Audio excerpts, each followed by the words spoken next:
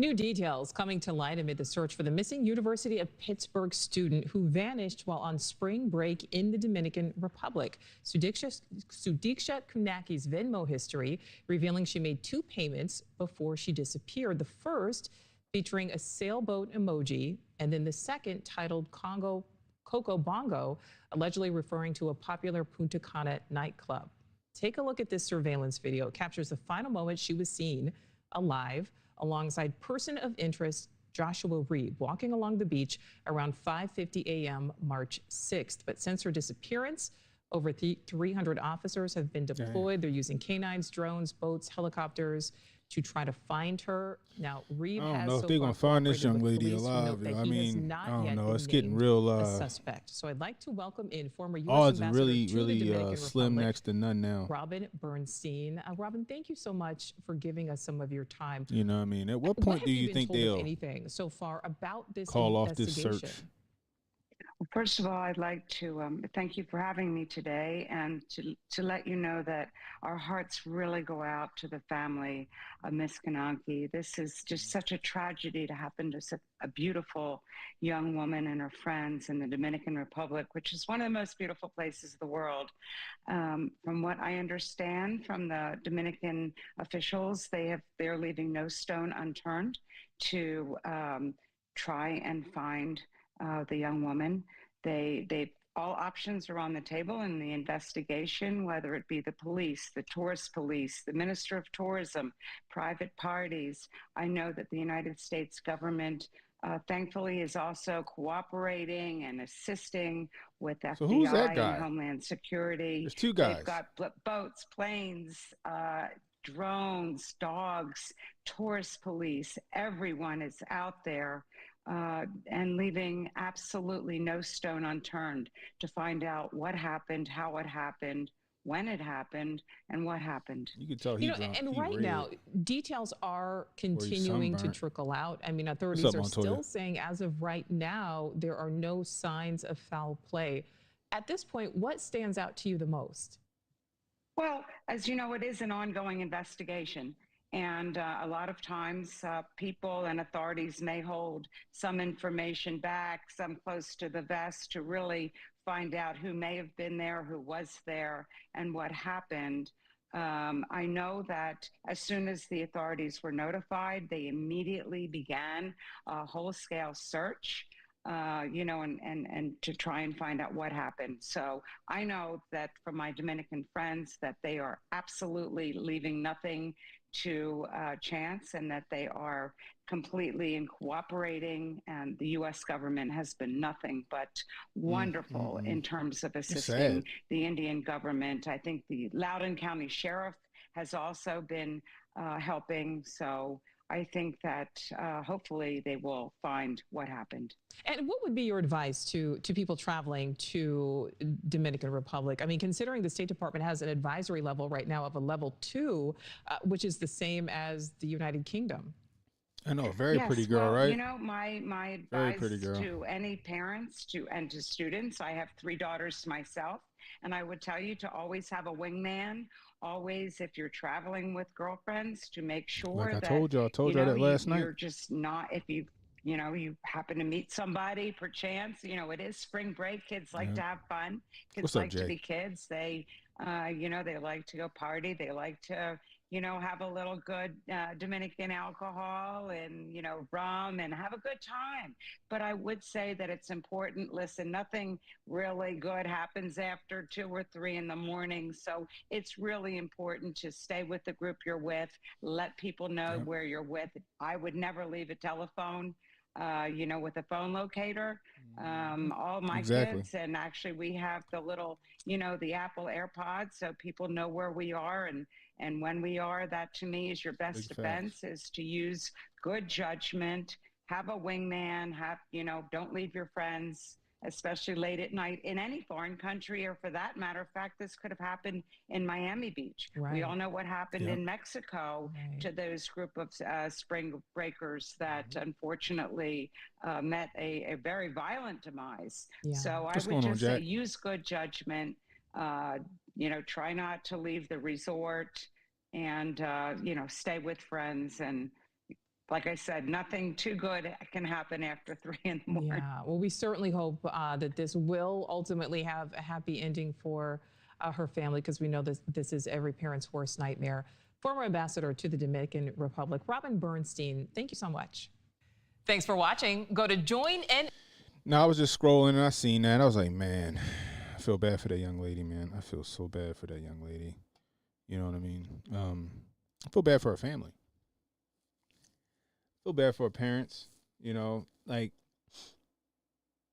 I hope she hasn't been trafficked or she's not being held against her will, being, you know, having some of the, you know, just unspeakable things done to her, you know? You know what I mean? And the sad part is as a parent, you want closure.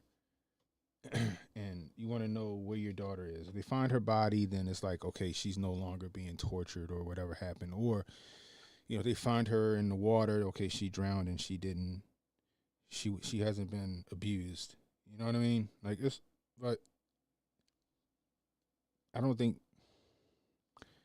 if they're gonna find this young lady alive, man. Unless it was some diabolical scheme by her to disappear because her parents are super strict or something like that.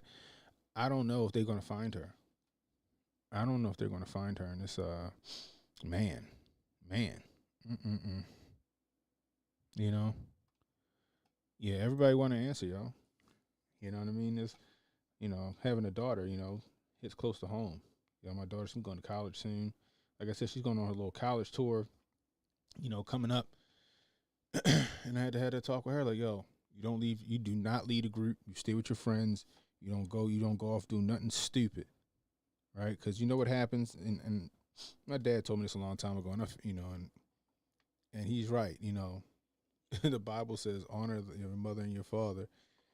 Most of these kids who end up in bad situations did some shit their parents told them they shouldn't do. Right? Most of us probably been in that situation. Your parent told you, don't go do this. Don't do this. And then you went and did it anyway. Some shit went down and you like, fuck, my mother or my father told me not to do that shit. And now I'm in a sticky situation. You know what I mean? It happens. You know what I mean? So I don't know. I don't know if she's 20 years old. You know, Indian families be really strict. They be really strict. She probably had an arranged marriage that she had to marry some guy. She probably was out there trying to have her fun while she could before she had to marry Ishtar or whoever it is. You know what I mean? So we'll see. We'll see how this shit works. But I'm hoping that, you know, I hope they at least find her. I don't know if she'll be alive or what, but hope the family gets closure. You know what I mean? Damn. Anyway. What's going on, everybody? Happy Friday. Happy Friday. I'm sorry I didn't stream this morning. The reason I didn't stream this morning is because I was with the Council on Future Conflict. Shout out to the Council on Future Conflict. You know.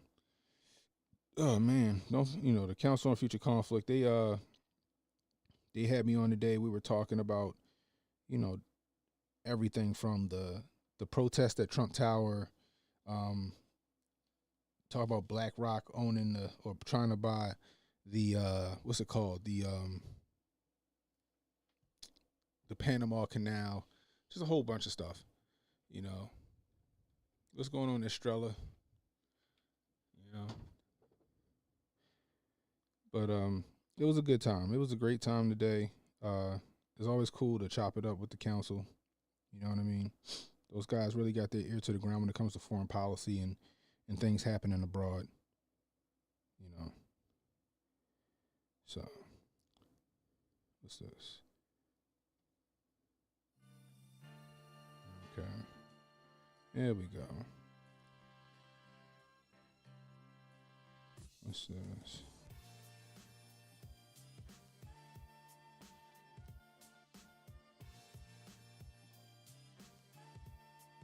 Oh. I just seen your text. I just seen your DM, Jay. But anyway, guys, I just decided to go live today. I'm sitting there and I was just on the ride home just thinking like, yo, I got to get my shit together. Are those guns real? Yeah, they're real. They're real guns. Those guns really go bang, bang, bang. Anyway, so I was like, yo, I gotta get my shit together, right? I gotta get my shit together. I used to be in fantastic shape. You know what I mean? And I miss being in shape. I really do miss being in shape. You know? I really do miss being in shape. So I was like, you know what? Let me see.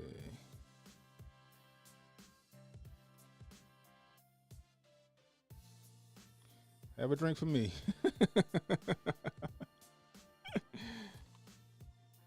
Hey, where's it at? Oh, come on.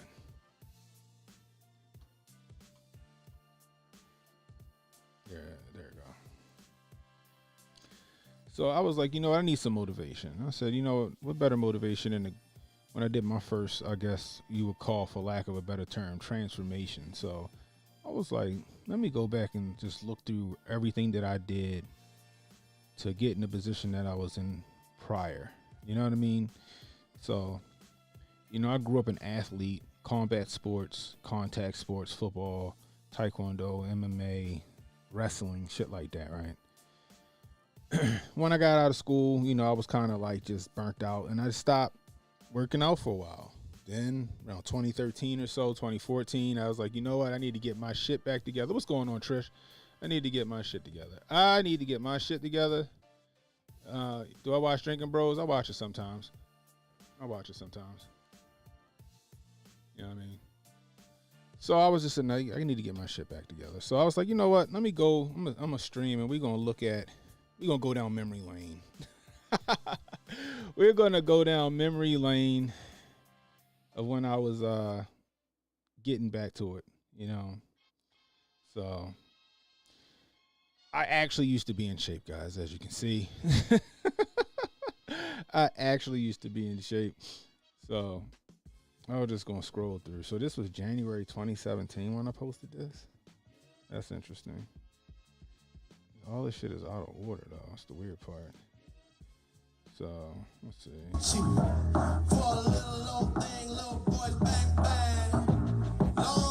So I was fucking strong, okay? That's a 275-pound overhead press for 3. Not a whole lot of people that can do shit like that. You know. I've always been strong, but I wanted to get some weight off me. You know what I mean? So, I've always had, like, you know, my shoulders and everything always been like fucking bulletproof. Always been bulletproof. You know what I mean? What's up, y'all? We got Jonesy in the building. What's up, Jonesy? So, I've always had strong shoulders. My dad always made me train my knees, my shoulders, and my back. Because when I was playing football, I was a running back, and he was like, "You don't need all the bench press and all the other shit. You need to keep a strong neck, strong shoulders, strong knees. You don't want that shit to go on you." So that's what I trained all of the time. Let's see. Oh, we going backwards. That's right.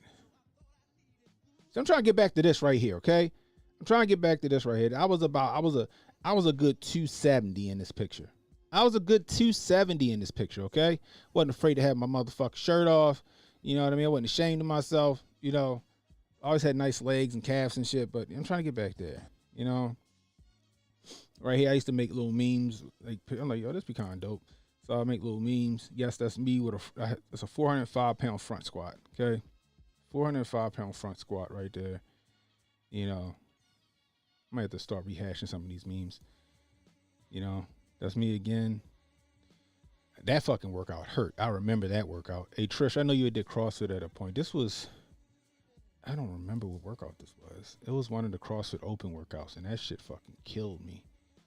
I can't remember, but somebody got a great picture of it, and I just fucking put it in black and white. You know, when it gets heavy, get angry.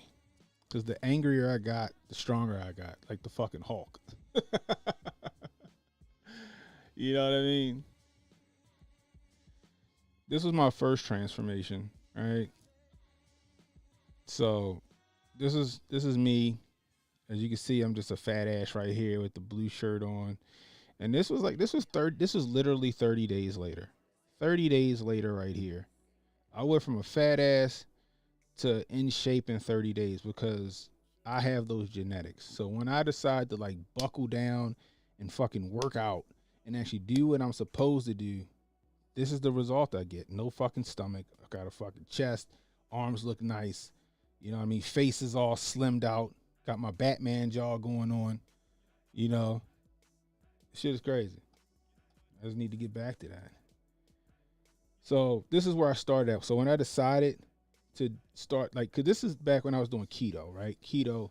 This is when everybody was telling you keto was bad for you, but kill you. It's not good for your blood markers and all of that other stuff, right? You know, I was like, all right, let's see. You know, what's the best way to do it is to fucking test it on myself, right? So this is where I started at 309 pounds. So that's just me telling people about the thing. I look like I look crazy as hell.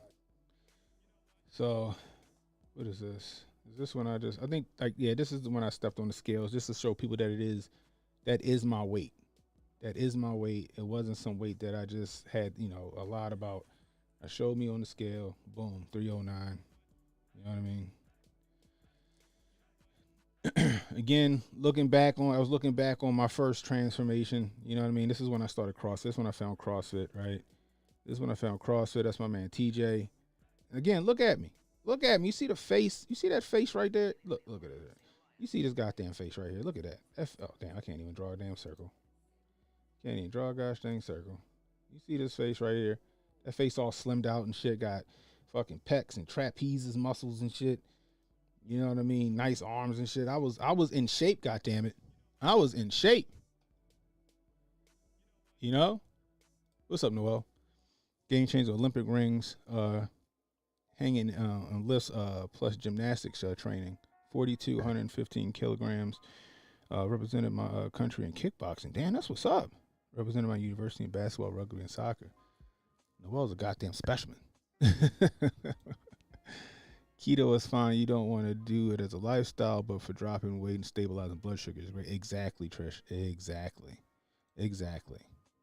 Once you get to where you want to be, then you want a maintenance. You know what I mean? And like, I was a big guy. Like TJ wasn't a small dude. TJ was probably about, I don't know, TJ probably was weighing about 230, 240. I'm in this picture. I forgot what I was 275 pounds. Yeah, I was 275 pounds in this picture. See, I hold weight differently. Than other people. So my 275 will look like somebody else's 250 or 240. You know what I mean? So it's this. So again, just eating right and all this other stuff. I dropped. What was this? So it says weigh in from this morning, 304 in one day. So apparently, I went from 309 to 304 in one day. I feel like I'm missing shit. Like Instagram deleted some shit from this whole journey. That's what it feels like. It feels wild. Anyway, so one day I lost, just eating keto. I mean, I was just drinking up a water, sugarless tea, no carbs, no sugars, just vegetables and protein and fat. Right? When I say fat, I'm talking about healthy fat. Avocado oil, coconut oil, nuts and seeds, shit like that. So, this is pretty cool. I think this is my first attempt at an actual video. My first attempt at an actual video. So check this shit out.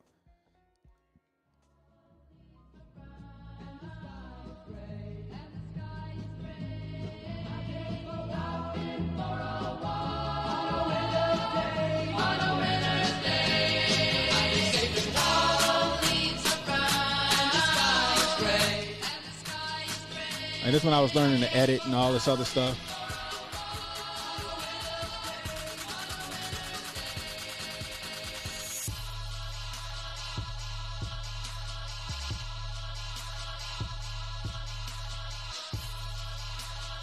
I still think this is one of the toughest songs I've ever heard.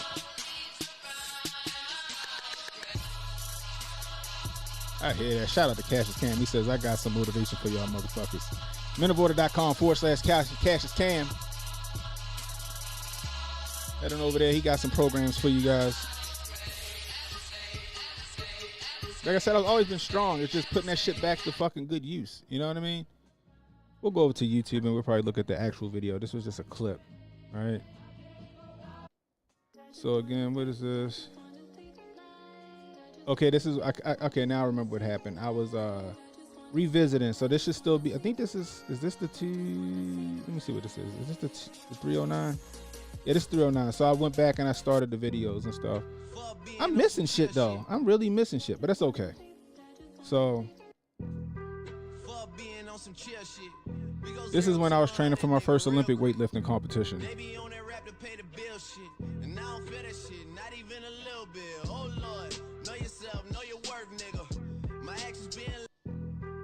And I was on keto, and a lot of people was like, well, you're not going to be strong on keto. You're not going to be strong on keto. And I'm like, I don't know what you talking about. You know what I mean? Like, I was strong as shit on keto. Like, especially when I worked out fasted. When I worked out fasted, I felt like I was stronger working out fasted. You feel me?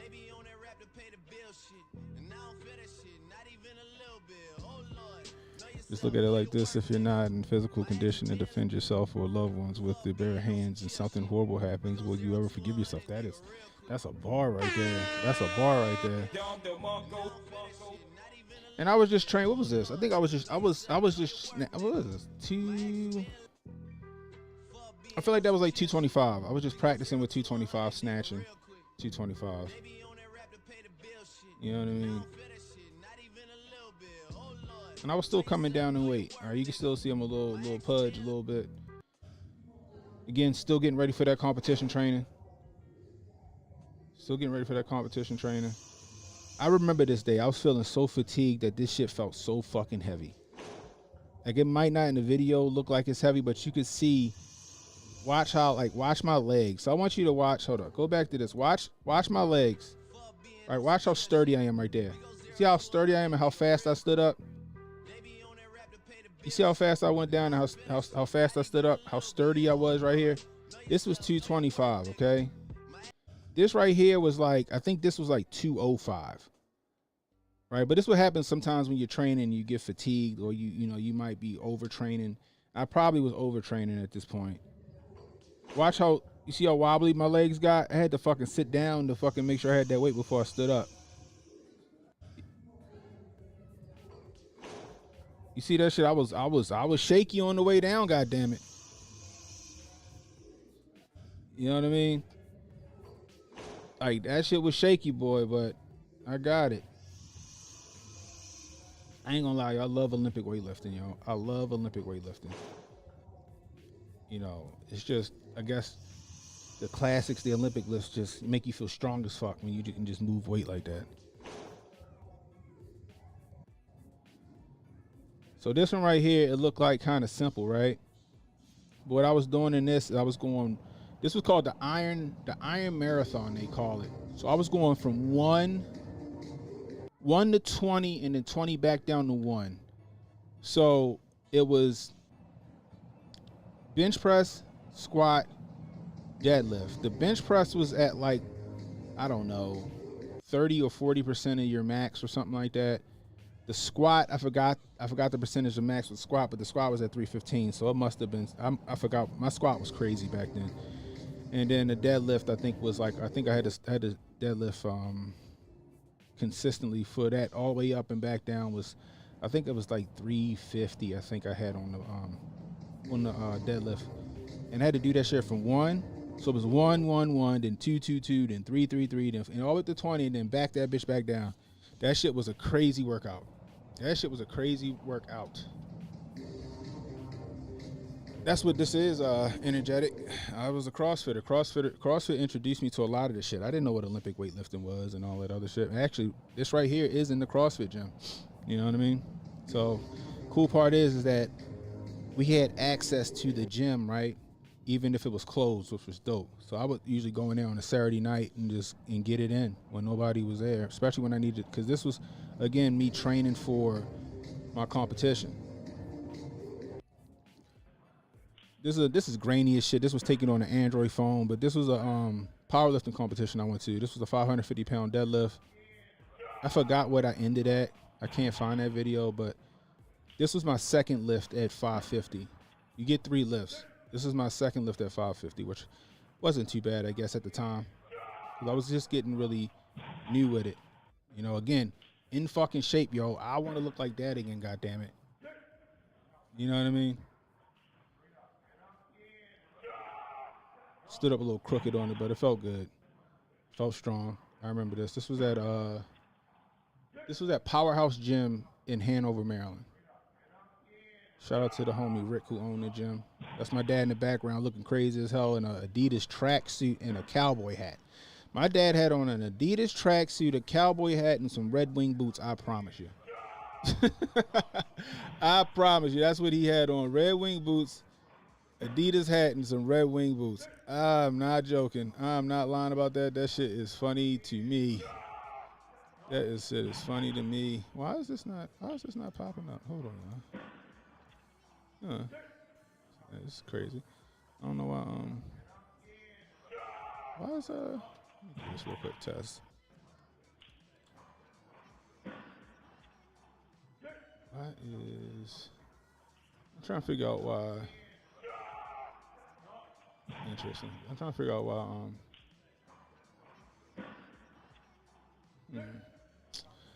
I don't know why Kick isn't popping up. Kick's not populating for some reason, and I don't know why Kick isn't populating in my gosh dang what's the name? Hold on, let's do this right side.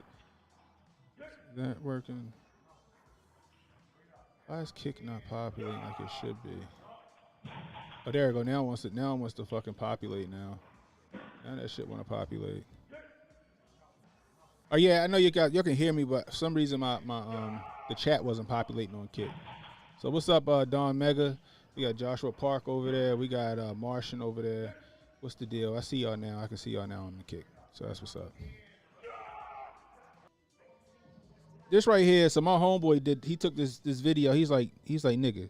He was like, you just do this shit effortlessly. Like I said, my genetics allowed me, like my shoulders, everything is just like when I'm training, the shit is just bulletproof.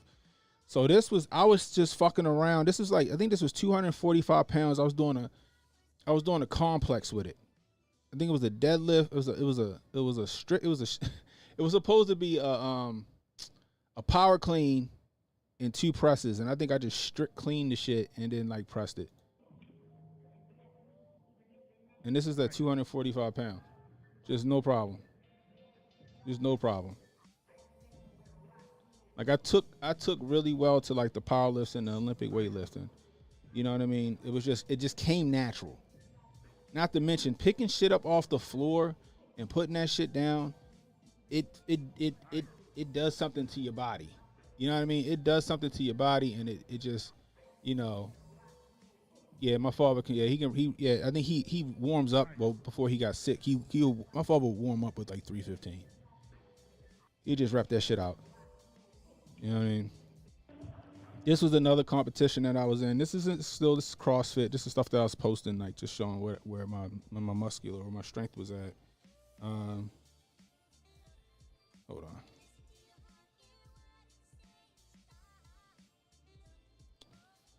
Oh goodness gracious! Hold on.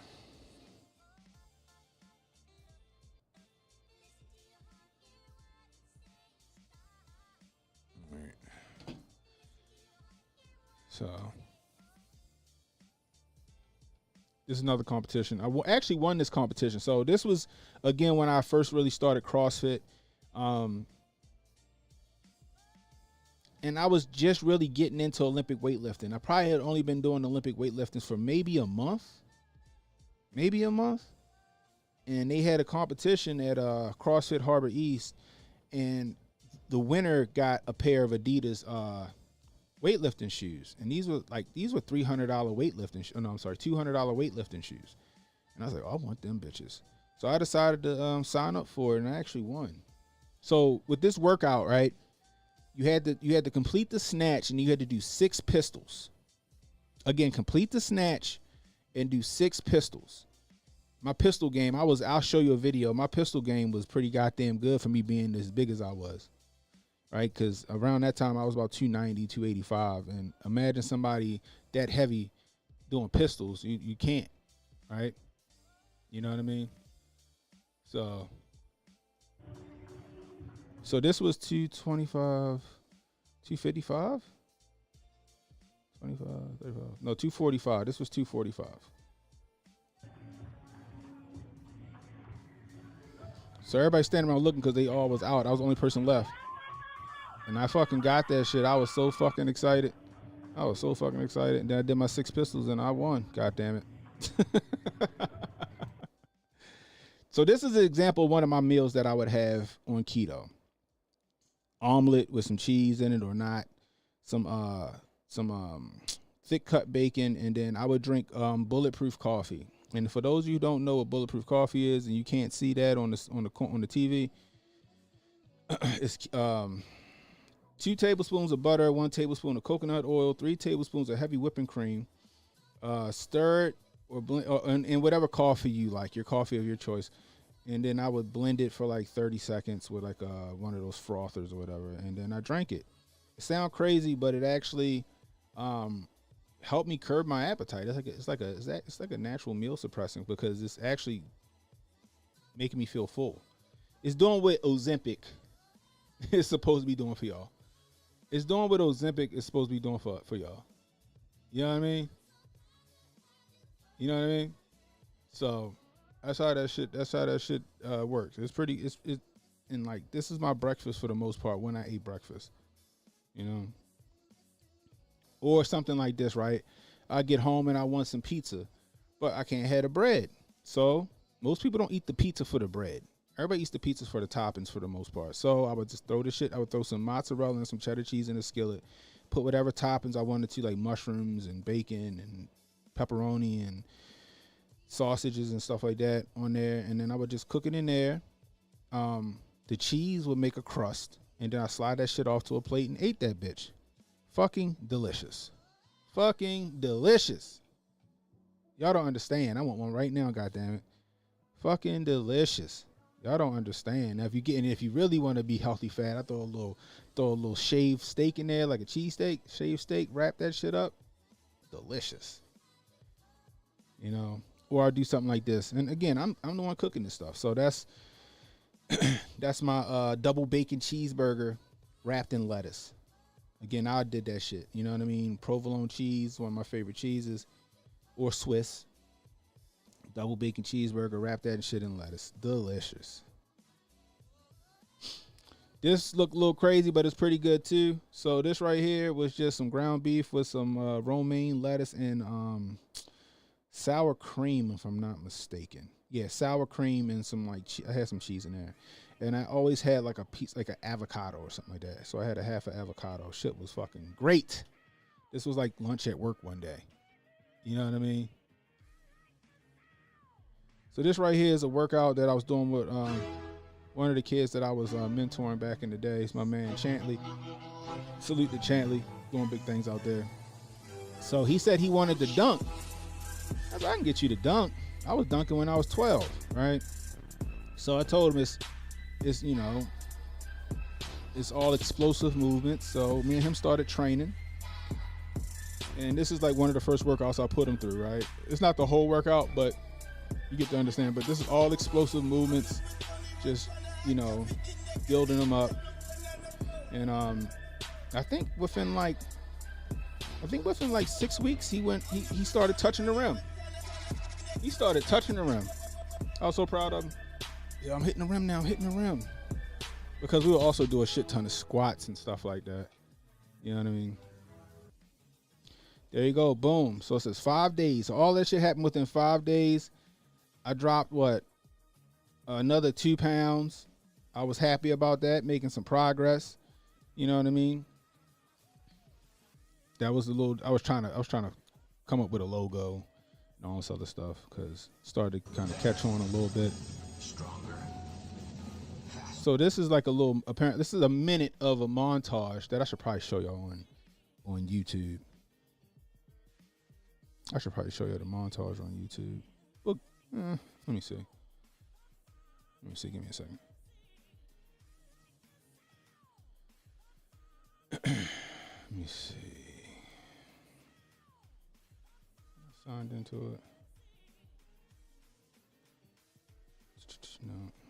Let's see if I can find it real quick. Let's do this. New details. All right. Here we go.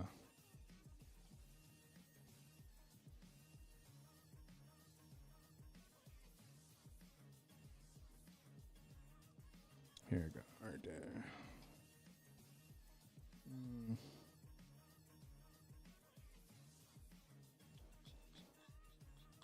Interesting. Is this it right here? Yeah, this it right here. Strong. Here we go.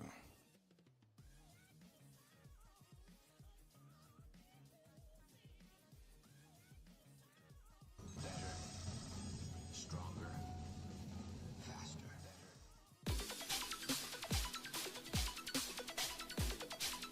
So just like some stuff, I was like, let me just go with it, because I needed some motivation in the middle of this whole thing. So I just started making a montage of like videos and stuff that I had, clipped out.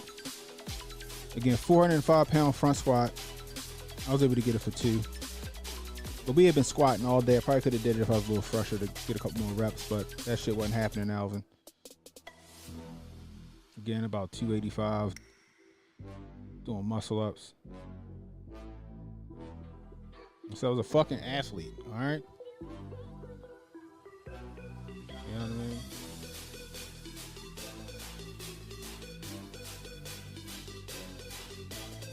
What's up, Axel Foley in the building? Exactly. So it's probably, yeah, so this, I forgot how much that was. It was something crazy. Doing,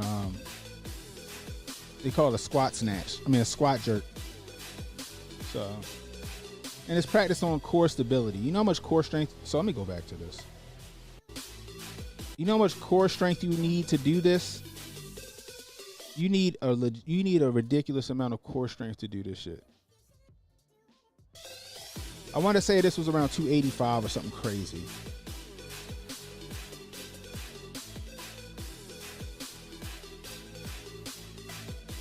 I showed y'all that was the workout that I was talking about.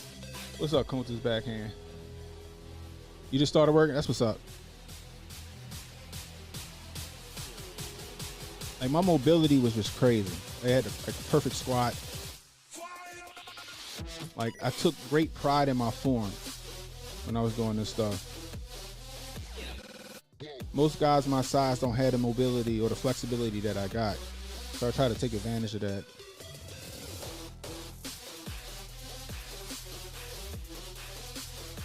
Those lifters I had won by during that competition too. I had on them Adidas lifters, but I always loved them Nike lifters. I ended up giving them Nike lifters away right there. But them Nike lifters was heavy, and I wore them in competition because I felt more stable in them. This was a 305-pound, what they call a thruster. At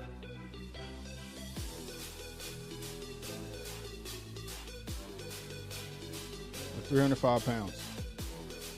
This is that competition I won them red Adidas in.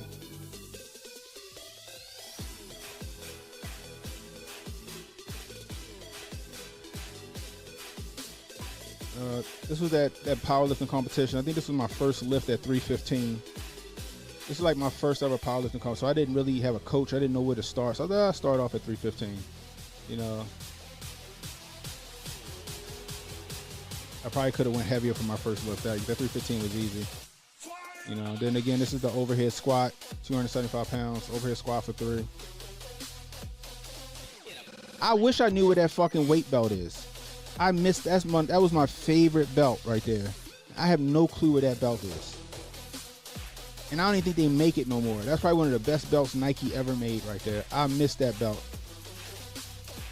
I feel like I could just push out and brace against that. It just felt good. So that's that video. It was a good, that belt it just felt great. I missed that belt. I need to try and find it again. What's up, Pro? Pro in the building. Let me see what else I got here. So, right, I was really big on working out while I was fasted too, right? Because I found out that working out while I was fasted, I made bigger gains in the gym and I lost a lot of weight fast. So, again, this is me making that coffee I was telling y'all about, the bulletproof coffee or the keto coffee. So, I was really like trying to do some good editing and shit like that stuff. But, yeah, I got like the wormwood and the oregano. I got all that shit. So I'm trying to do a detox now.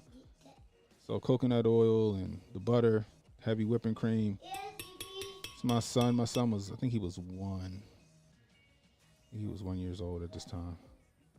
Or 2. This is 8 years ago, so he was 2.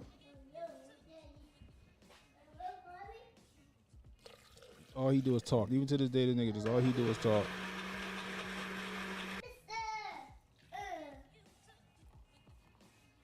So,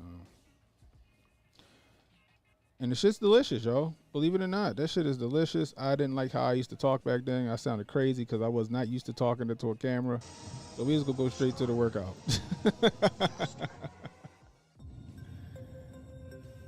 Yeah, and that's exactly right, Josh. This is why I did it. My HGH, my growth hormone will go through the fucking roof when I worked out, when I weight trained fasted. When I weight trained with nothing in my stomach, right? Shit went through the fucking roof. Now, what I will say is this, though.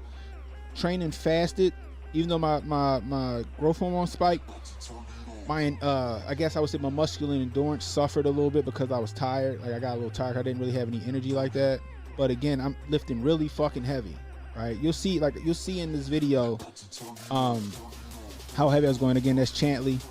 You know, again, Chantley was only 155 pounds, y'all. And he couldn't do none of that shit when me and him first started. Chantley was strong. He could lift double his body weight at a certain point. So, like right here, double his body weight, 315. He's 155 pounds right here. Checking everybody's metabolic panel. What's up, Mike? Mike said he likes to train fasted. Right, it's a great way to train, especially if you want to lose weight. So this is squatting 475. And I wanted to go heavy in the deadlift, but I should have went a little lighter in the squat. But me and Chantley was testing all of our maxes that day, so we had to keep going. Again, 155 pounds, he's pulling 245. Boom, no problem. When we first started, he couldn't do that.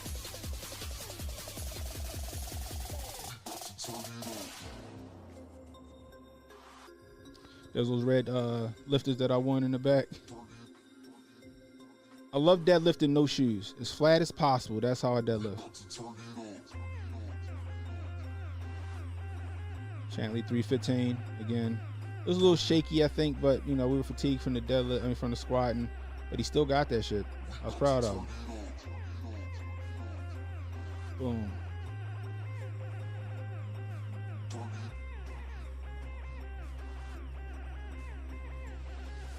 Like that fatigue was setting in on me. But I kept going. 355 for a 155 pound kid.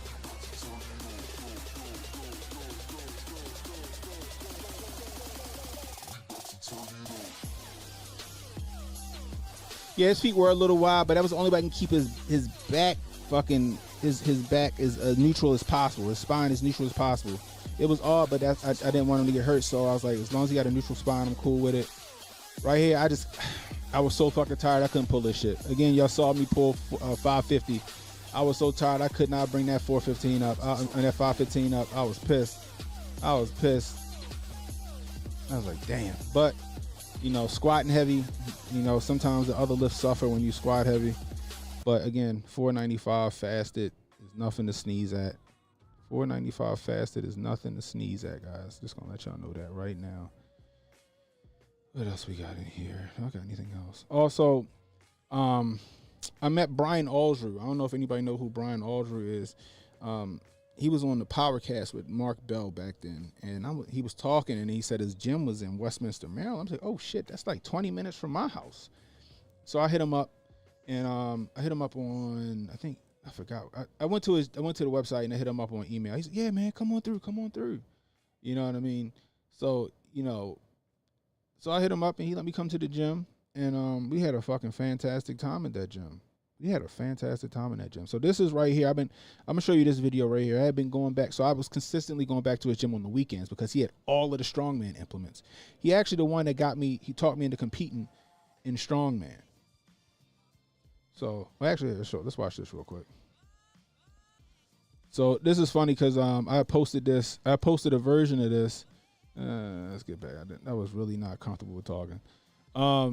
So this is, I was just in the gym I got a gym in my father's warehouse. I got a gym in my garage and I got a gym in my father's warehouse. Go figure, right? I should not have an issue getting in shape. I got everything I need. But so Cassius Cam and Strong Dad were talking about overhead presses. So Strong Dad was like, don't Cannon like press like something like 305, and then Cassius Cam goes, I don't want to talk about it. So I end up posting it. Right? What's going on, Kay? So this is right here is me doing some overhead press work. Stronger, faster, better. So it's 245, just doing some strict pressing. So it's one strict press, one push press, or two push presses, I guess. So you'll hear a lot of the music being repeated because it's hard when you got copyright issues with YouTube. This is 275.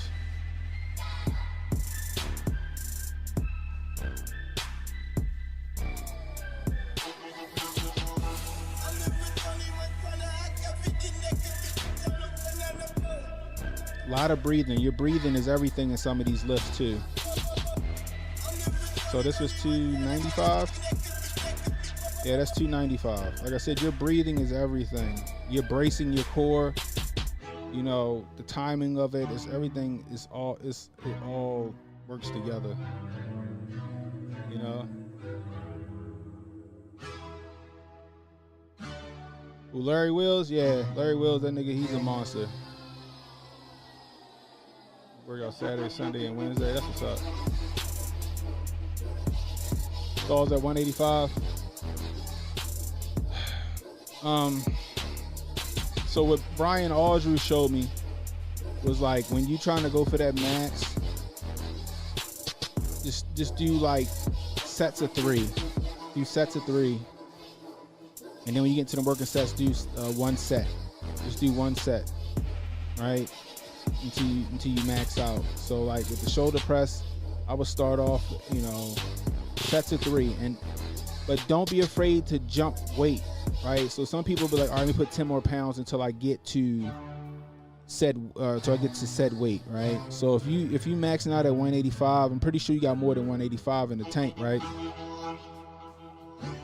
I'm pretty sure you got more than 185 in the tank. So I would start off at 95, then I would jump to like 155, right? I would do 95 for a few sets just to get warmed up, for a few reps just to get warmed up, and then I would jump from 195 to like 155, and then 155 to 175, and then I would jump from and then when I get to the 185, I would just put 190 on that bitch. Hit that bitch, and then if that feel good, I might go 200, and then you might hit that 200 club, yo. You know? That's my advice for those lifts. You know what I mean? All right, so like I said, this right here, this is when going to the gym for a while, and the Strongman implements actually took my fitness to a whole nother level. Right? A whole nother fucking level. Y'all don't understand. You know, it's just picking shit up from the ground, but not only that, it's the implements are awkward. They're awkward as shit. Right? Matter of fact, I'll show you the first day I went. And I'll show you as my progression happened. Awkward. Y'all don't understand. Like, I'll show you. You'll see.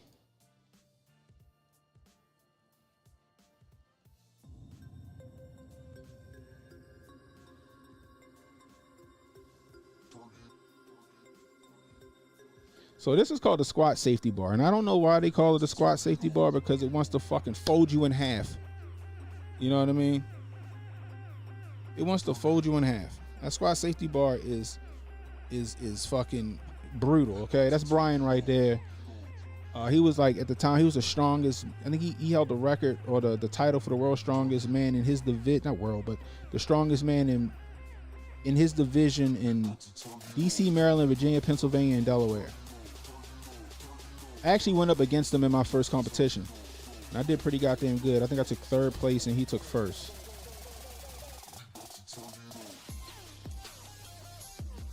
So like I said, you'll see it. You see this shit get hard. Like I said, when I say it's awkward, it's easy on your shoulders, but that shit, if your core ain't right, you know what I mean? Bro. Yeah, the name is for irony. It might be good on your shoulders, but that shit want to fucking flatten your ass like a fucking pancake. You know what I mean? But you'll see me fighting that shit. I'm fighting back as I'm standing up because the shit wants to throw me forward. It was easy on the shoulders with all the padding, you're right, but that shit, I was like, I'm coming up like, I'm trying to hold that core together. You know what I mean? So you can see me fighting that shit back, y'all.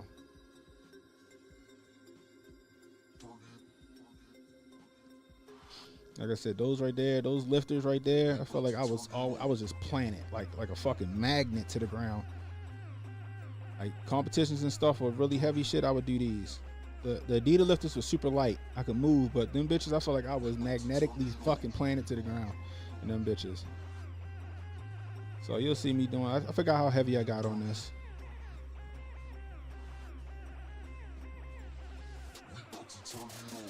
I didn't. That's the only one I got of that. So this is called a yoke, right? Now let me tell you about the yoke. This shit'll have you sick. The yoke will have you sick, okay? What I mean by that is that guy right there that's watching me and giving me coaching, that's Uncle Nick. Call him Uncle Nick, right? He got a YouTube channel called Uncle Nick. Nick was like, yo, be careful, don't overdo this, you'll get the yoke flu. And I said, what's the yoke flu? He said, your nervous system, your central nervous system is going to fucking scream at you. And I'm sitting there like, I feel good, yo, I'm good. He's like, I'm telling you. He's like, I'm telling you, chill out. And I was like, I got it. And I forgot how heavy I got to. I want to say I got to like almost 680 pounds maybe. I can't remember. But I'm going to tell you this. When I got home, probably about 4 or 5 hours later, I found out why they called it the yoke flu. I thought I was dying. I had a fever. I had the shakes. I was fucked up. So this is the GHD. And these are called GHD sit-ups. So they hyperextend you, but you come back up, and it works everything, bro. If you do these long enough, you don't want to laugh the next day. I promise you. You don't want to laugh the next day because you're going to catch a Charlie horse somewhere in your midsection. I promise you. Yeah, my CNS got obliterated. You know what I mean? Tom Haviland? Yeah, I seen Tom Haviland. Is that the dude that's like psychotically strong? Tom Haviland is that big dude, that big white guy that's he's psychotically strong. The shit that he be doing, I'll be like, how? There's no way a human can do that shit. You know? I'm telling y'all, it's a six-pack under this guy, goddamn it. I seen that dude. That motherfucker is psychotically strong. All right, so this is a few I guess like not even less than 12 weeks. 12 weeks later.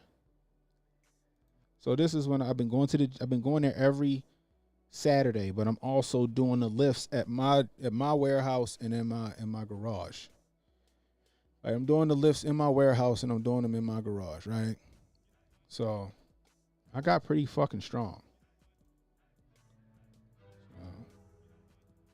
Damn, fucking motivation coming back right now, gosh dang it. You know, he's 6'8", 300. Damn.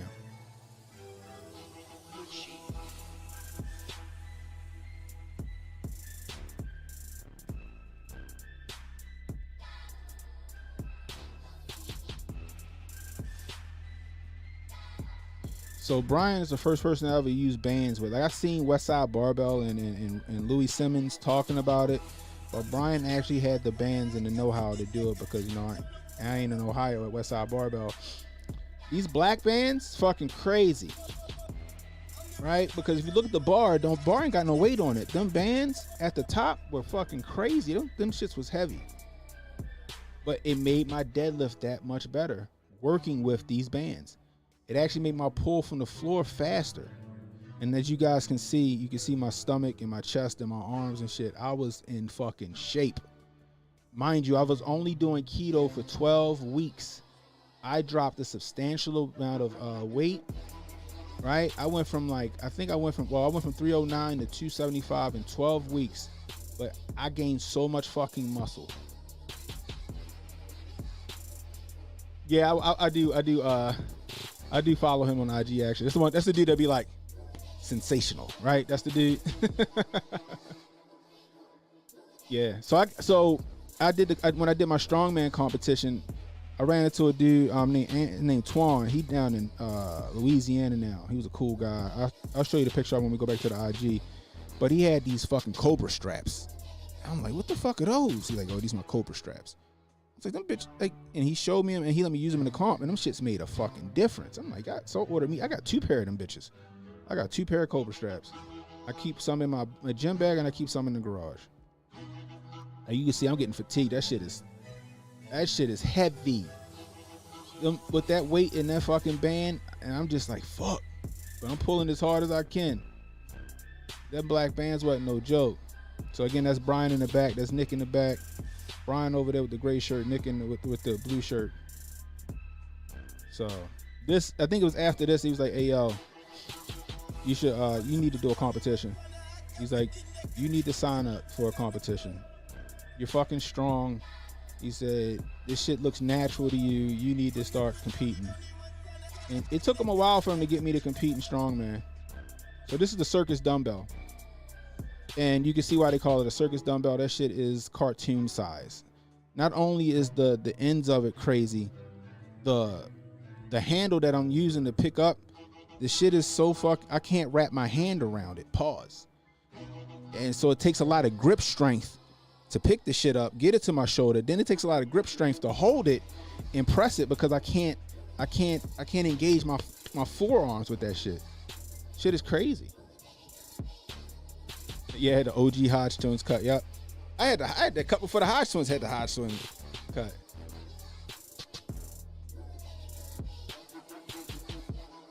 I did squat. So in this gym, I did do squats with resistance bands, and I liked the squats with resistance bands. I didn't have as much of a problem with that as I did with the deadlift. But again, the squats with the resistance bands, if you ain't doing that shit right, you will hurt yourself. It's gonna let you know. You know what I mean? What was his name? He was cool as shit. He was strong as fuck too. Looked like fucking Clark Kent. He was cool as shit though. But he was really fucking strong. So Brian Shaw, he's friends with these guys. Matter of fact, he used to help Brian Shaw train for Strongman. Also, this redheaded dude in the back with the black hoodie, he is Brian Shaw's trainer. He's Brian Shaw's trainer. He might not look strong, but that motherfucker is strong. This redhead dude right here, he just tall as shit. He's fucking strong. But he's Brian Shaw's trainer. Brian Aldridge used to go out there and train with Brian Shaw as well to help him get ready.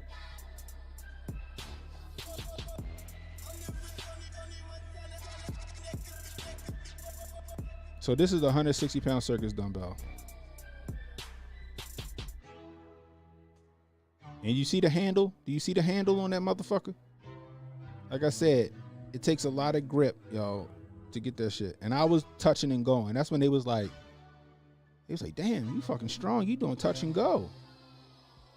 Right? And this is my first day doing circus dumbbells.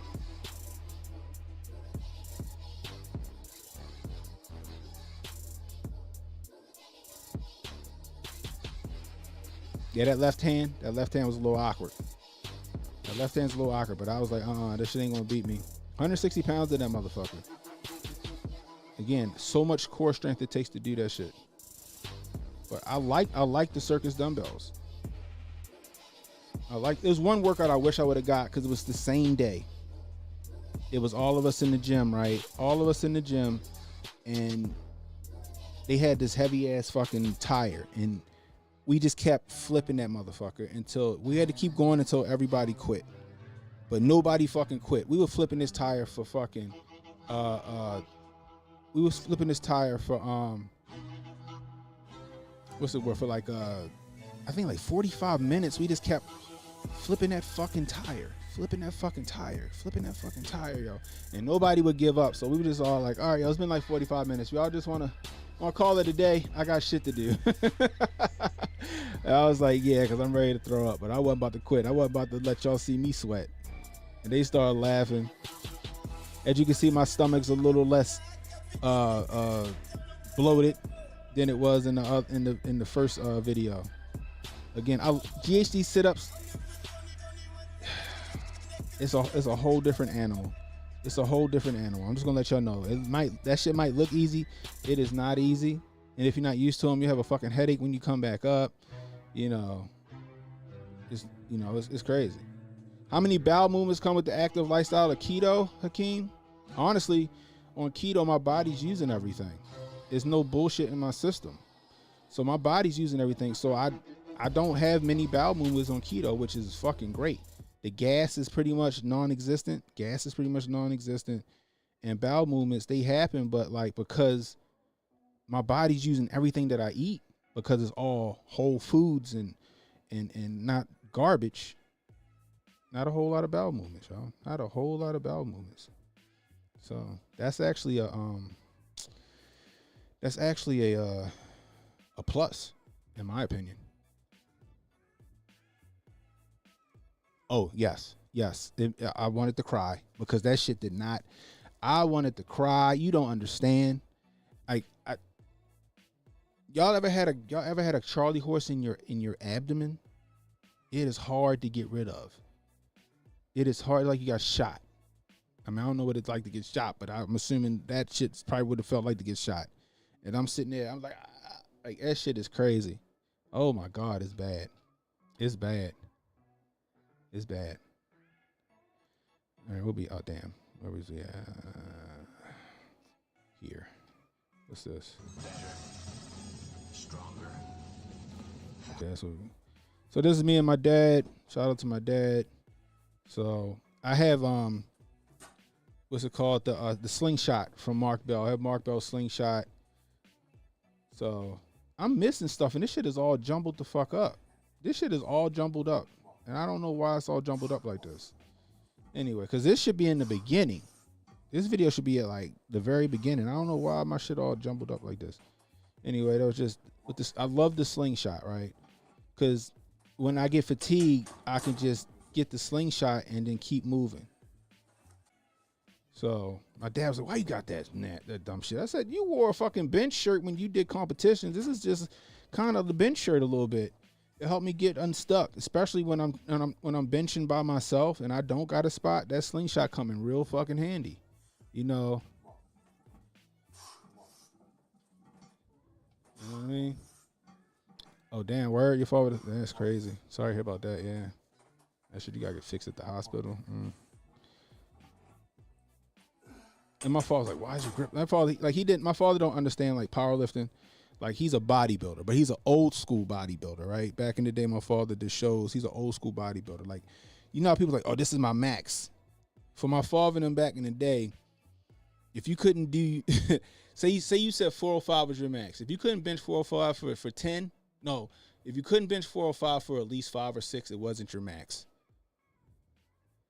You know, that's how he would do. If you couldn't do that shit at least 5 to 6 times, it wasn't your max. I'm not joking with you. Oh man. Again, another fucking sandwich. Meal. This is sriracha with country style spare ribs that I had like baked or whatever, and some vegetables with 32 ounces of water in a mason jar. Again, rotisserie wings, guys. I used the rotisserie because this is before the air fryer and shit. I use a rotisserie, a countertop rotisserie to do these wings, and I made my own sauce. It says I made the sauce with blue cheese and sour cream. Fucking fantastic. Blue cheese crumbles and sour cream. So instead of getting blue cheese dressing, I got me some sour cream and some blue cheese crumbles and made a sauce. That shit was fucking jumping. Yeah, my father was a Ronnie Coleman class bodybuilder. Exactly. Matter of fact, my cousin is Kevin Levrone, if you guys know who Kevin Levrone is.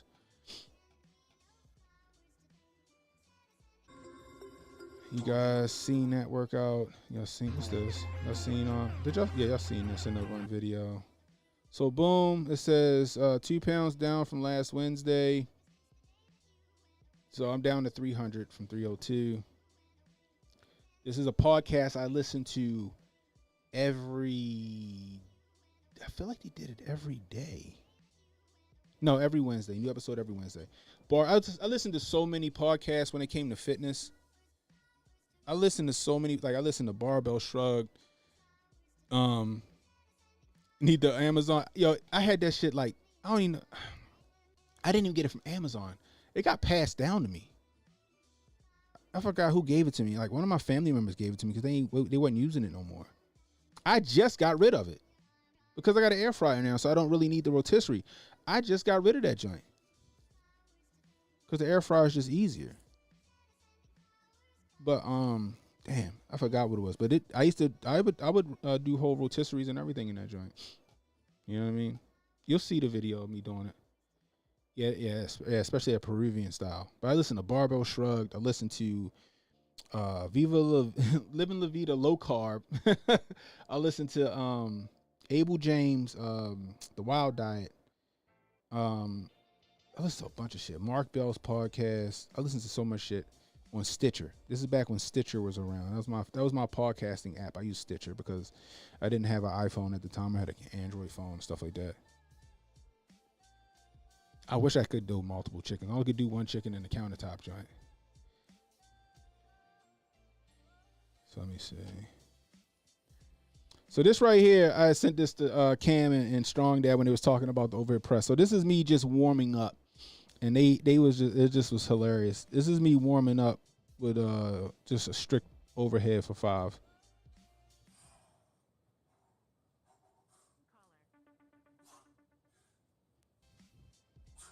Just warming up.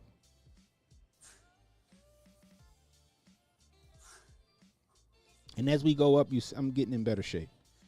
Well, supposedly, but like a lot of shit got jumbled up with Instagram. I don't know what the fuck happened. Some of this stuff is not in the right date. So, but that's one thing. That's one of my big attributes. My shoulders and traps and back and shit was just always really fucking strong. So this right here is, I was doing with Brian. So I was at Brian's gym, and Brian, I was like, "Yo, I'm trying, Brian. I kept stalling. Let me go. So I kept stalling at 270, like 265. I kept stalling on my strict press. He's like, "Yo, just fucking do it. As soon as you pick that shit up, fucking do it. Don't wait so long. You waiting too long." So I was like, "All right." So I went to my father's office that Monday. Boom, just bow, just hit that shit. I was so fucking happy. I hit 275, yo. I was so fucking pumped, yo. I still had on my work clothes, work clothes and phone posits.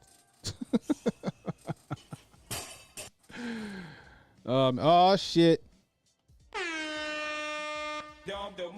That's Young Cannon Hotep right there. That's young. You see the Batman jaw? That's Young Cannon Hotep when I was like 12 or 13. I was 13 in this picture. 13 in this picture. Gosh dang it. Young Cannon Hotep right there.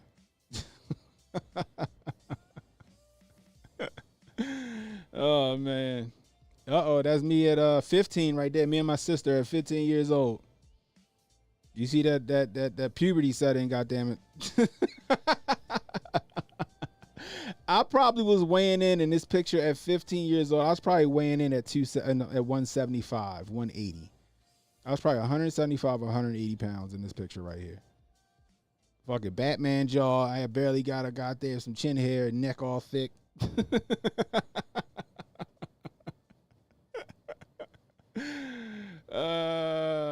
Alchemist said that's a college student. I always even in these pictures right here, I was always considered one of the biggest people in my school. Like even though looking back, I was a little young buck.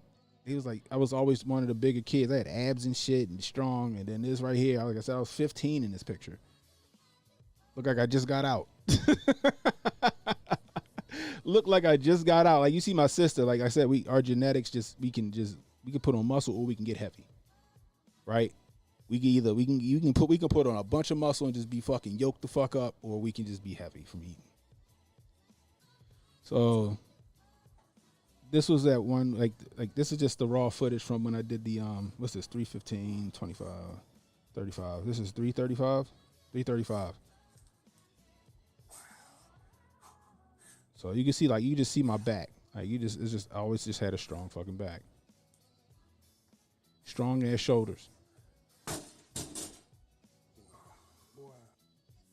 I've seen that.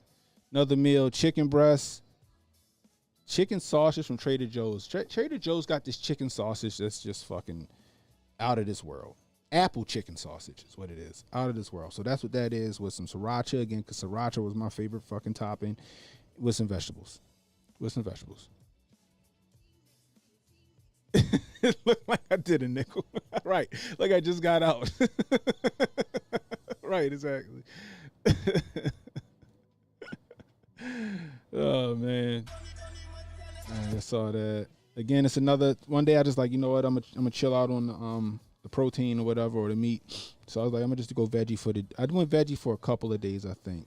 So I just had a bag of vegetables, sriracha with an avocado and some sea salt and a little bit of pepper. That was the meal, you know, for a couple of days. Just to I don't know. Just decided not to. And I was still good, right? Like being on keto or cutting all the carbs and the sugars out and being on keto or carnivore, if you prefer carnivores, just cutting out the veggies. It's like being on steroids. Like I would go to the gym eventually. Like my dad, like I told you how he trains, right? He would wreck me in the gym and I'll be fucked up for a couple of days. But being on like the keto diet and training with him, I'll be fucked up when I leave the workout, but then I wake up the next morning and be like 90%. Like, oh shit, like maybe I didn't work out as hard as I thought I did. And then come to find out it's just because of the diet. Like my growth hormone was spiking. My testosterone was fucking spiking like I was fucking 15, 16 years old again. If you ever get the chance, try the Flying Biscuit. They have some amazing grits, chicken and salt. Ooh, don't talk to me about no grits. I love me a good plate, boy, a good bowl of grits, boy. Shout out to Matt Vincent. That's when it was Hate Brand Goods. I don't know if he's still doing Hate Brand Goods or not, but shout out to Matt Vincent. I got that mug from him. I still got that mug. So this right here is called cracked chicken. This is like I guess this is some California thing. Hey, we're learning it from this kid. What's his name? John Glaude, Obese to Beast. That's the name of his thing. It's called Obese to Beast. So John Glaude, I was watching him and I got this idea from him. It's called cracked chicken. So it was 3 pounds of chicken breast. I think it was 3 pounds. Ranch seasoning, and then two like blocks of cream cheese. 2 blocks of cream cheese. That shit was, and you just put it in the crock pot and let that shit cook. Once it's done, you shred it up and mix it around. Throw a little buffalo sauce if you want to. It's fucking great. This was actually something that I really did use on one of my friends at the casino. She was a part of something and she was like, yo, can you promote this? I'll give you a couple boxes. I'm like, sure, why not? Whatever. So I got it and I tried it out and I would drink this shit every fucking day. Like this actually gave me like a lot of the trace minerals that I needed that I was missing. Right? So these shits, I went through boxes of this shit. I'm like, yo, Vaughn, I need some more. I need some more. And I would get that shit and like I would drink that shit in the morning and I would drink that shit at night and it was giving me trace minerals that I needed. I don't know if this place still exists anymore, but it was pretty fucking good. There you go. That's the cracked chicken. That's what it looked like. It looked fucking simple. It's a simple thing. It's good. I used to put that shit in my eggs. So I would do an omelet and then put in the middle of the omelet the cracked chicken. Oh, man, it was fucking good. That shit was good. Like something Ralph the Baker would cook. Oh, you thought it was cream cheese. Yo, this shit and some eggs, yo. Bruh. Oh, I remember that. So boom, 298. I'm coming down, yo. I'm coming down. I'm down to 298 now. But my body's changing. Like even though like the weight leg is coming off a little slower, my body is fucking changing. And I wish I'd have did a little bit better at documenting because sometimes the scale was like a couple of days later. It wasn't like a week later. It was a couple of days later. Like I think I was averaging maybe 3 to 5 pounds a week. There you go, right there. That's my omelet with the cracked chicken in it. Right there. Boom, right there. That's the omelet with the cracked chicken in it. Oh man, it's fucking good. So this was one of my favorite ways to get my deadlift and my snatch and all that stuff a lot stronger, to get my back and my lats a lot bigger, right? You know, so it was a lot of like a lot of static holds. So it was like pause reps. So I would do a snatch grip deadlift and pause at the like just below the knee, and then I would finish the lift.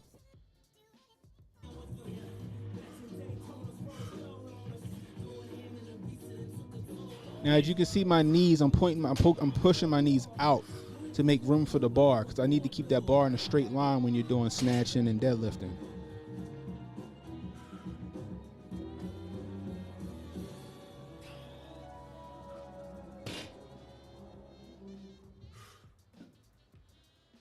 So I'm trying to keep my back as straight and I'm trying to keep as upright as possible. So knees, you want to kind of push your knees outwards.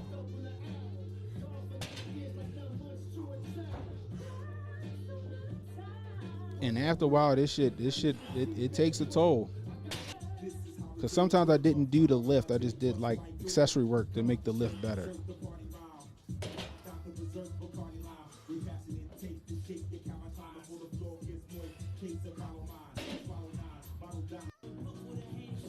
Oh yeah, them Chinese, boy, they got perfect form, boy. They be strong as shit.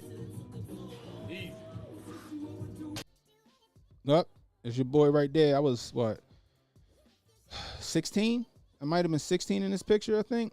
This is my junior year of high school, I believe, or sophomore year. Junior year of high school. I was, like I said, I was a running back right there. You know what I mean? Had, like I said, that Batman jaw. This back when, you know, we played football, the kids don't understand, right? They got these uniforms all fucking fit and the uniforms all fucking tight up on them and shit like that. Back in the day, we ain't had that. Jerseys was loose as a bitch. We ain't had them fucking elastic jerseys and shit. We ain't have all that cool shit. Jerseys loose as a bitch. That shit is straight mesh from Cisco. That shit is straight mesh from Cisco. Oh my gosh, that is funny. So this is another one of my favorite meals. I would do cheesesteaks inside of peppers. I would do a cheesesteak inside of like a bell pepper. This was really good. Again, not missing the bread. When you want a cheesesteak, you just make the cheesesteak, and then I just served that bitch in a bell pepper. I threw that bitch in the oven. Oh, it was good. Oh, it was fucking great. Delicious. I'll make like 5 or 6 of these at once. Family loved them too. Family loved them too. Telling you, try it out. Just hollow out cook up some shaved steak, throw a little cheese, whatever you want in that bitch, some fried onions, little green peppers, and then stuff that bitch in the pepper and put it in the oven for like 10 minutes, y'all. Oh, Zerkers. Zerker movements, they're good, especially for your I guess they call it the cradle. I guess they call it cradle, like those muscles that wrap around the back into the front and shit like that. Zerkers, they're fucking fantastic. Zerkers are fantastic. Like, especially when you pick them up from the ground. But Zerkers, they make you strong. Your back gonna be blown the fuck up. I'm just gonna let you know. I think I was trying to like push people to the YouTube channel. Trying to push people to the YouTube channel. That's me and Brian Aldridge when I first met him. Like, cool guy, still cool guy to this day. You know, fantastic. This was a book that if you really want to do like strict keto, when I say strict keto, Maria Emmerich, her fucking keto is strict. Her recipes are fantastic, but it's strict keto. And you will drop all your weight and you'll see like any health issues you got, them shit's gonna go the fuck away within a week or two. I promise you. Cause I went on her strict keto for a while and I was like, fuck. Like it wasn't bad, but it was like she cut out a lot of different things. And it shit worked. Like for her, like with her, like you got like some people with keto, they're like, oh, you got these carb balanced tortillas. The net carbs is 6 grams of net carbs because you got to count the fiber. And she like, no, fuck them, fuck that fucking stuff. No, no, don't even eat it. And I did her shit, and I was like, damn, okay, all right, and it works. It works. 297. I think this. I don't know. This was a day later. I think actually. Now I'm thinking about it. This is like a day later. I lost a pound in a day. So this was my Fitness Pal. So this was what this was my macros, I guess you would say.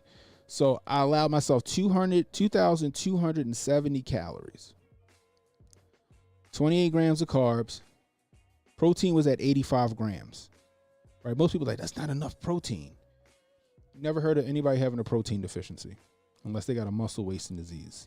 And my fat was at 202 grams. And the only reason my fat was at 202 grams is because I think Brian said, yo, if you're going to do the strongman stuff, you're going to need more fat.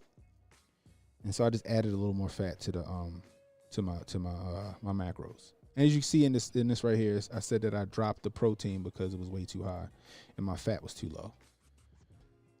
So MyFitnessPal is a great tool. It's a great tool and it'll be an eye opener too, because like when I first did it was because of a podcast. I was just scanning Let me see how I'm eating, and I was just scanning shit, and I was like, damn, I'm fucking eating crazy.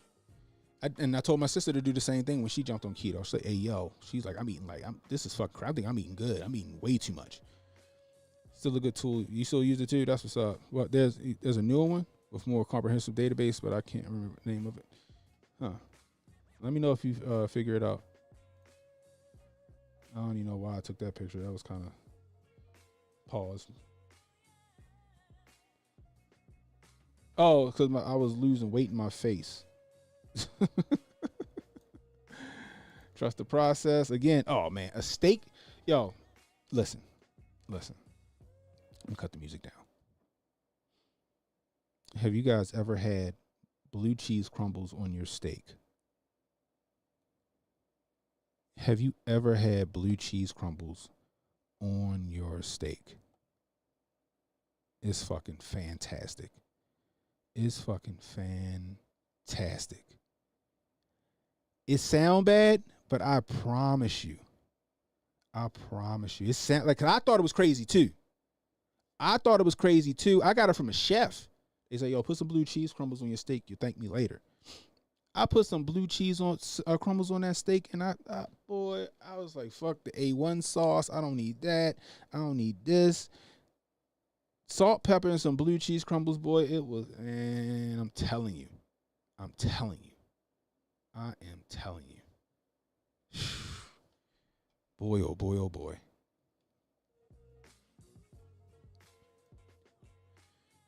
Yeah, this has to be like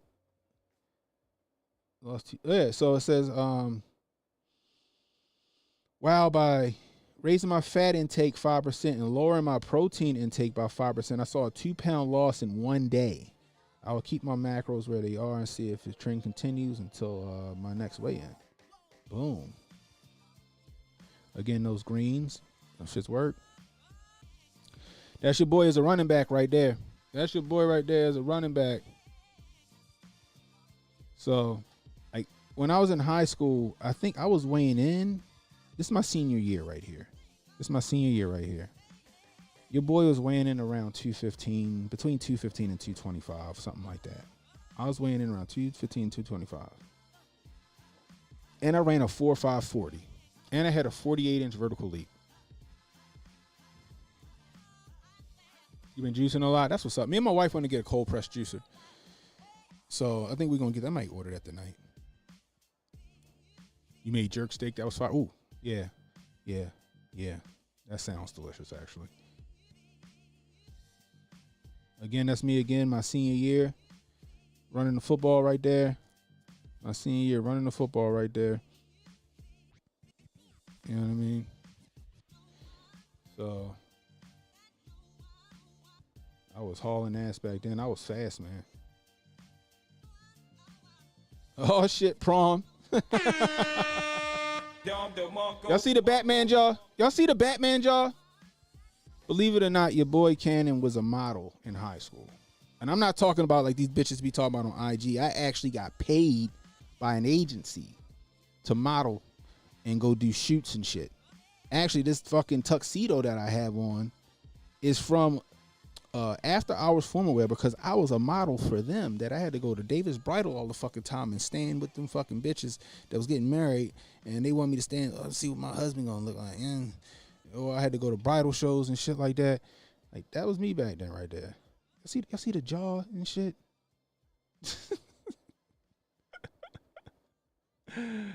This is my first Olympic weightlifting competition. Shout out to my man Chris Wheeler. This, he was going to our CrossFit. He was going to our CrossFit gym, and he had some people he was coaching at the competition. I had nobody. It was just me, and I was just going like, I'm gonna go out here and I would just try to outdo everybody. Chris was like, "Who's your coach?" I said, "It's me, yo." He said, "I thought I seen you training with M." I said, M would help me, but she wasn't like coaching me. She would just help me out. I said, M didn't even know I was doing a competition. He was like, "No, you one of my athletes today." And Chris called all my numbers. He called all my numbers. I'm like, Chris, you crazy. He said, "You got it, Joe. Chill. You got it." Shout out to Chris, because I actually won. I won the competition. You know what I mean? So this was, like I said, I was doing CrossFit. It's Titan CrossFit. So this was my team. This is our friend Amy right here. Let me go ahead. This is Amy. Amy, she a firefighter. Shout out to her. I think she just had a kid. Her husband just had a kid. That's my wife right here. She's upstairs crying, talking about, "I gotta lose weight. I'm looking crazy. This is my wife right here. All right, she was in great shape doing CrossFit. And then me right here, and Mike, my man Mike. Mike was cool. Mike, he was like in great shape. You know what I mean? He could do a bunch of muscle ups. And this guy right here in the blue shirt or the teal shirt ended up buying this gym. He used to just come because it was we called it back fat. It was like a fitness league for the summertime. It was a fitness league for the summertime. What the fuck is this? Oh, my sister. But he ended up buying this gym like a year later. He would come. He was cool people. I think my wife said she just seen him. I think he's going to the CrossFit gym up the street now. But my wife still does CrossFit. So yeah, this was a good time. Like the fitness league. It was every Thursday night. We would get the workout on like Friday, and then by next Thursday we went and did the workout. It was pretty fucking cool. No, I'm sorry. We never knew what the fuck the workout was going to be. We didn't even know what it was. I'm thinking about the open. We didn't even know what it was. We just showed up and like, all right, this is the workout. Get it done. We had a lot of fun though. A lot of fun. My face getting less fat still thinning out. This was done in that rotisserie right here against sriracha, avocado, little salt sprinkle on that. Look at you see that? That's your boy right there. Your boy made that chicken. Y'all see how good that chicken look? All right, your boy Cannon good in the kitchen. All right, your boy, I'm good in the kitchen. You know what I mean? Y'all see that chicken? I did that shit right there. That chicken quarters right there. Oh my God, it was fantastic. Fantastic. If I do say so myself. You know? And I love the avocados. I love avocados, especially like guacamole. I had me some guacamole tonight. This the bulletproof coffee again. I would drink. I had a Keurig at my desk when I was with State Highway. Had a Keurig at my desk. I make my bulletproof coffee every morning. Had all this shit in my little cupboard and shit. Where was I at for this? Oh, it was I lied to you not. There was a gym literally across the street from where I worked at. And they had every implement that I needed that I did. They had a pool, they had the sauna, they had the hot tub, they had everything. So I would go over there around 11 o'clock. I would work out until I think 12:30. Then I would go downstairs to it was a restaurant there, and the owner was super cool, and he knew that I was doing keto, so he would make me whatever I asked him to make me. And so this is one of the first meals I did. So 290. I lost a total of 5 pounds that week. Hold on.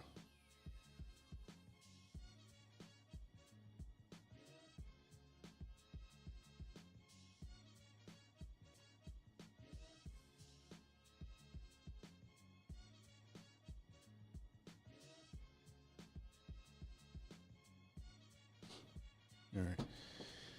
So again, y'all seen that cheesesteak, chicken cheesesteak and wrapped in lettuce. Fucking fantastic. Again, made that in the house in a cast iron skillet. This was my blood sugar. So let me, full disclosure, my blood sugar was crazy, which started me on my way with getting back in shape. My blood sugar was nuts. Okay. Around this time, it was around like, I never knew it, and I tested that shit. It was at 300, yo. 300.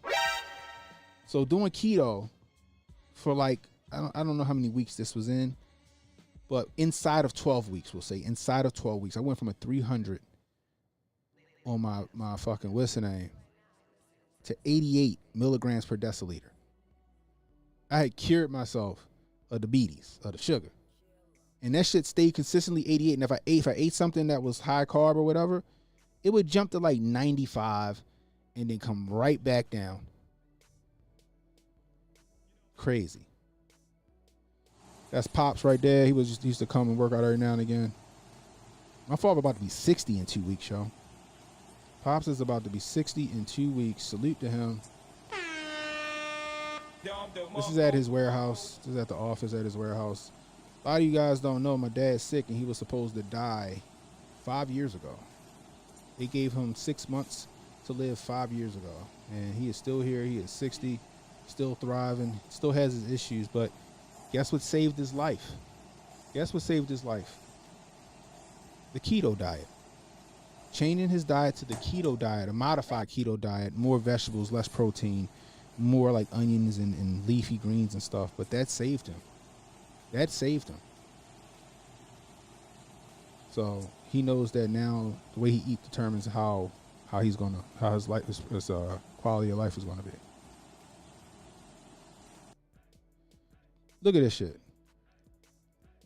So I dropped down to 285. I feel like this was like a week later. I dropped down to I knocked off 10 pounds. Crazy. Exactly. That's exactly what he said. Fuck all that. He got more in him.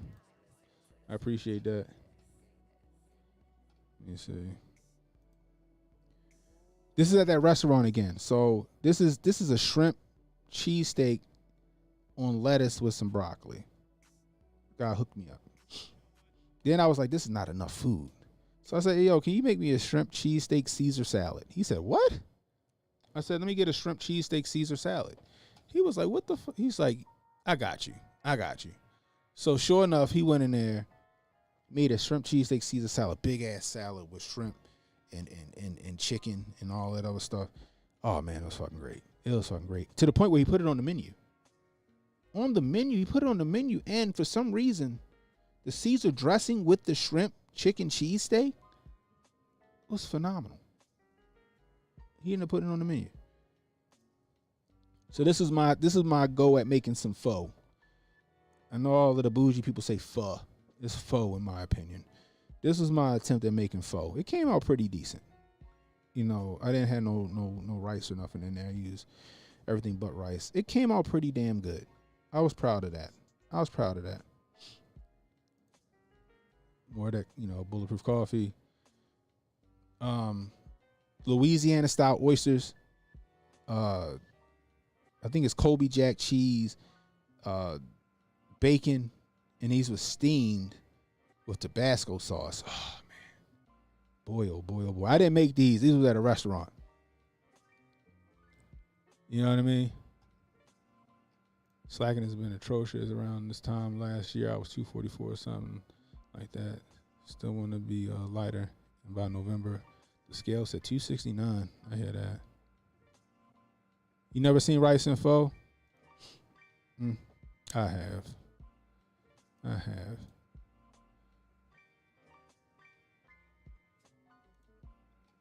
But these Louisiana style oysters, boy, so good.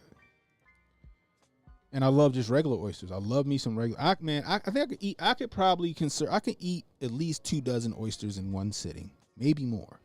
You give me some cocktail sauce, a little lemon, a little Tabasco. I'm shooting them bitches back. Pause. I love oysters, man. So this right here is the front squat. We was doing the front squat workout. This is 315 for a double with my cat shirt on. It was a dude that I used to follow. We used to follow each other on Instagram. He was cat shirt powerlifting. So he would do these crazy ass powerlifting, videos with cat shirts on. So I was like, fuck it, I'm gonna join into. Let me go get me a cat shirt. And I was like, shout out to Cat Shirt Powerlifting. I was like, I dare anybody say some shit about my motherfucking cat shirt, god damn it. So this right here was 335 for a double. Like I said, I'm just my dad. I've been training, I've been lifting since I was 11 years old.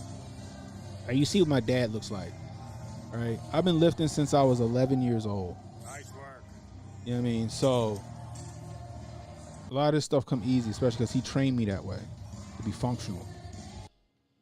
This is the CrossFit workout. Everybody was working out. Yo, the rower, I have a rower.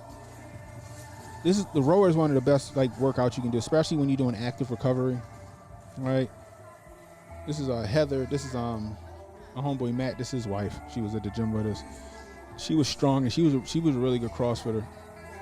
You know, they had some kids and, you know, she slowed it down, but I think they still train. That's Melissa in the back. She a pog that Uncle Hotep probably be running after. My man Brian right there. That's Alicia right there, my wife's best friend, in the back. But yeah, this is damn, I can't remember her name. Damn, I can't remember her name. Her and her husband so fucking cool. I can't think of her name, but it's cool to see it because, like, think about it right now. She's sitting there shoulder pressing. I think they're shoulder pressing like 95 pounds, yo. Undisputed Pog. You know, to see women being able to do that. I was so excited to get a Rogue belt. I still have that belt. This was what was this? A clean and jerk complex. 15 minutes every minute on the minute. So what was it? Let's see. Let me see if I can remember what it was. Well, not remember. I can see what it looked like. So squat clean, shoulder press. So you do that shit for 15 minutes, every minute on the minute. There's your boy fitting in shit that I couldn't fit. Fitting in shit that I couldn't fit before, and now I could fit the shit. I was so excited. I gave my brother them I gotta get them again. I gave my brother them foam posits. Y'all see the foam posits? My foam posit game was on point. My foam posits, we call them dopes in Baltimore. My foam posit games, I had every pair. And I ended up giving them to my brother, and he dogged every last one of them out. I need them blue ones back, though. More coffee. Brazilian nuts, 28 grams of Brazil nuts with, I was drinking bone broth. This was a lunch for me. One day. 28 grams of Brazil nuts for testosterone, and then bone broth. Zucchini noodles and spaghetti. Another cheesesteak and a bell pepper with avocado with sour cream on it. Oh, it's fantastic. 284. So I lost 1.5 pounds in a week. Here's the rotisserie right here that I had, sauce. Here's that rotisserie right here. So it came with a little basket, and I stuffed a bunch of wings in that rotisserie basket, yo. I stuffed a bunch of wings in that rotisserie basket. You know what I mean? It was great. It was so much fun. It's tasty. Y'all see what it look like. That's what the wings look like when they came out. Jalapenos with cream cheese wrapped in bacon. Y'all seen this video. Y'all seen that video. Y'all seen that video. 110-pound dumbbells. Just pressing 110-pound dumbbells. All right, I felt like I should have been able to go further, go more. My fault. Like, that's all you got? That's all you got, son? I was like, oh, here he go. You know what I mean? I'm rushing through now because we gotta be at a party. Pickles and I don't know what the fuck I was thinking right there. I was hungry. 282. More coffee. Has anybody blood pressure increased while doing keto? Again, coming down, had my CrossFit shit on. I actually got my certification. I was a level 1 CrossFit instructor. That's where I got the shirt from. Waist coming down and shit. 282. Y'all seen that video? Y'all seen that? Pork chops with veggies and some sriracha. RIP my man Tyson. I miss you, buddy. We just had to put him down last week. We had to put my buddy down last week, man. Cancer got him.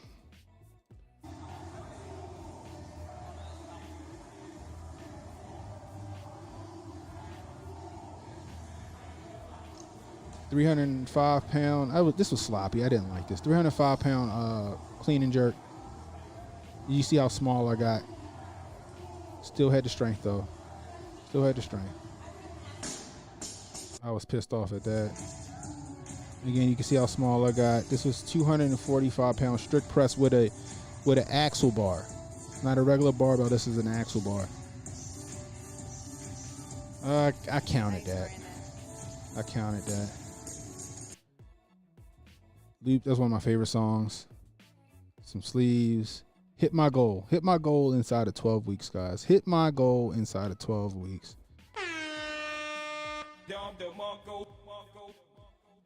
So, there y'all go. That's me and the wife right there.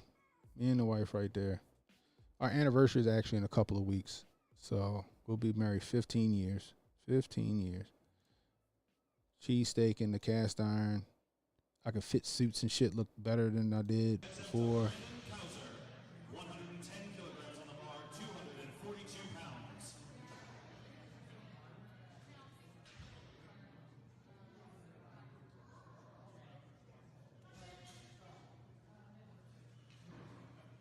So this was 242 pound snatch in the competition that I won.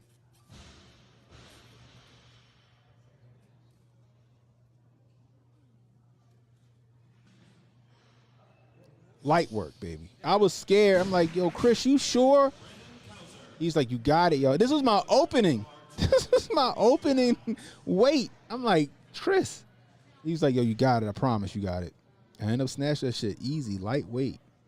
Like, I was like, yo, Chris, you making me open with that shit, yo? I was like, yo. What's up, NZ? Yeah, fasting is very helpful. Yep, especially 36-hour fast. But I got that shit. Boom. Lightweight. This was a 330 pound clean and jerk attempt. For some reason, they didn't count it. They said my left arm slightly bent and went back in. I'm like, come on. 330 pounds.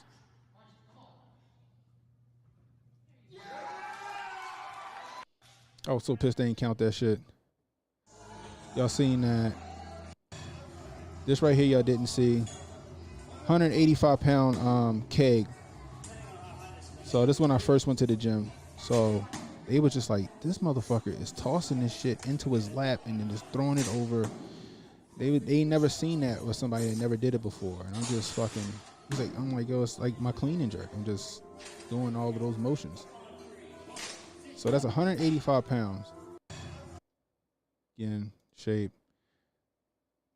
Meatballs, I think. It's my son. Five Guys, I think. It's my son. These are workouts that I started just programming. Yeah, don't drag me for the bathroom pick. That's my son. He loved Lupe. He loved Lupe when he was a kid. That's all his hair. All his hair. So, yeah.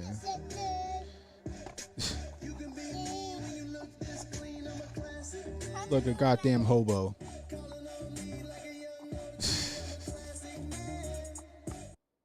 But yeah, so. They call me right an here. alpha dog, so I came here to prove. Now this is when I was getting ready for the competition too. Bitch, I just do it. Nipping at your heels with some swag ass beats. I'm coming for you, motherfucker. Don't sleep. They call me Great Day, cause that's what I am. Like Emerald Legacy, I did it like. I end up tearing my calf muscle in this on this day. So this is called the Viking press. And I think I worked up to like 350 pounds on the Viking press. I ended up tearing my fucking calf. I was so pissed. I was dehydrated. That was my fault, overworking. But yeah, so that's me and my dad right there. So, but I'm going to get back there, y'all. I'm going to get back there. So, anyway, guys, that's all I got for y'all. I appreciate y'all, and hanging out with me on this, trying to find that motivation to get back in shape, y'all. I'm going to get back there. I can't wait. So I'm already in the process. I'm down like 285 right now. So we getting there. But I'm about to be jacked and tan, guys. Jacked and tan, goddammit. Anyway, that's all I got for y'all. Until next time, it's Cannon Hotep saying be blessed. stay strapped. Don't miss. And don't worry about tomorrow, guys. Tomorrow got enough problems of his own. Worry about today. I'll holler at y'all.